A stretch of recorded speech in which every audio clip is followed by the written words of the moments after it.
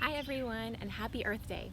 I'm Eleanor Gardner. I'm the Outreach and Engagement Coordinator at the KU Natural History Museum. In this video, I'm going to share a fun hands-on science activity for Earth Day, but first I wanted to say I hope you're doing as well as possible during the ongoing pandemic. I miss seeing everyone at the museum and at community events, but practicing physical distancing and taking precautions like wearing masks when in public are very important to help keep ourselves and our community safe and healthy right now. Thank you for everything that you've done and will do as we continue to fight the virus. And although we've had to change the way we wanted to celebrate the 50th anniversary of Earth Day in the United States, I'm really glad that the Watkins Museum of History decided to host this online event so that we can still connect with each other, learn from each other, and work together for the good of the planet. So in honor of the fact that life on Earth is mostly green, just think about all the chlorophyll-rich plants as well as lichens and photosynthetic algae and cyanobacteria in our world, I'm going to show you how to make a plant press with materials that you probably have right at home. First though, what exactly is a plant press? A plant press is a piece of equipment used by a botanist to flatten and dry different specimens of plants from the field. Once dried, flattened, labeled, and properly attached to archival paper, the specimens that a botanist collects are stored in an herbarium, like the McGregor Herbarium, which is part of the KU Biodiversity Institute and Natural History Museum. This way, the specimens last a very long time, hundreds and hundreds of years, and they are available to many different scientists for study and analysis. Now, the plant press we'll make today won't necessarily produce specimens of museum quality, but it will be fun and it'll teach us how to process specimens the way that a botanist would for later storage. The materials we need are 2 or more books, a plant, rubber bands, paper towels, cardboard, a pen, and a note card. The best books for this activity are hardcover, thin, and relatively flat. The rubber bands should be long enough that they can go around 2 books. So the first step is to collect a plant sample. And when we're doing that, it's important to collect from your own backyard or at least from an area where you have permission to collect.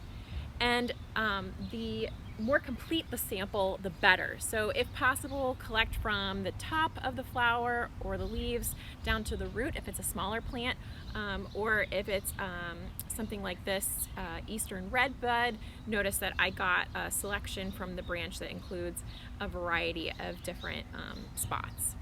So as a good scientist, remember that it's important to always write down on a note card the location, the date, and the time that the sample was collected. This will come in handy for later. Next, make sure that the plant sample is relatively dry. You may need to carefully take a paper towel and dry up any morning dew or rainwater that might be on the sample. Then, in order to put together the plant press, what you'll do is you'll have your first book, and then you're going to put a cardboard piece on top. Then you'll put your first paper towel. On the paper towel, you will then want to arrange your plant specimen in the orientation that you want it to appear once it's pressed and dried. And then you'll place your card that you took down the collection data on.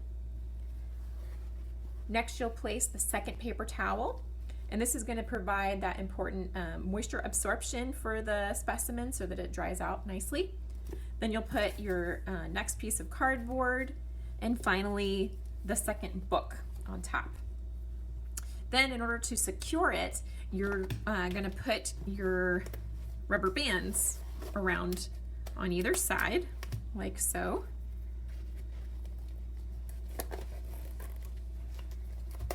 And voila, your plant press. Now we wait. Minimally, you need to let the plant specimen dry and flatten for 1 week, but leaving them for 2 weeks to dry is even better. And when the time comes, be careful as you remove the books and especially the paper towels because the plants will be very fragile when they've dried out. If you'd like to mount and display your pressed plant specimen after it's fully flat and dry, you can very carefully use Elmer's glue to glue the plant to a piece of cardstock paper. Then you'll need to attach your note card that has the plant collection data that you listed, and you can add the common name and the plant scientific name as well. And you'll put that in the lower right corner of the paper. And so it'll look perhaps something like this. This is one of our exhibit photos from the museum.